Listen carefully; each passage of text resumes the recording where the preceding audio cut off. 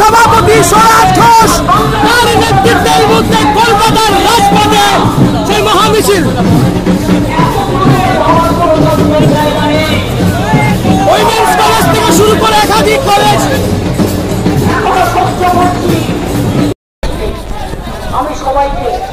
এই মুহূর্তে পূর্ব বর্ধমান তৃণমূল ছাত্র পরিষদের সেই মহামিছিল দেখাবো।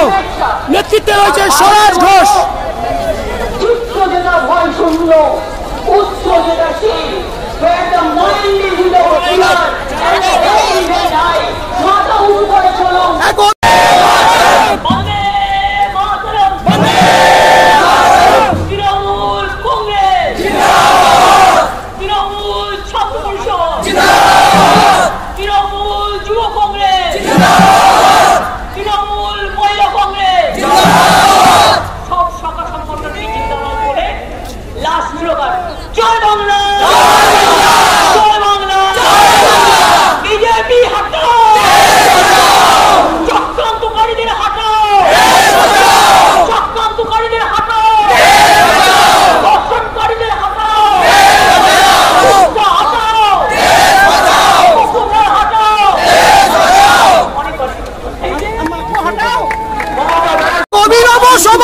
কলকাতার বুকে কি চিন্তা ভাবনা নিয়ে দাদা?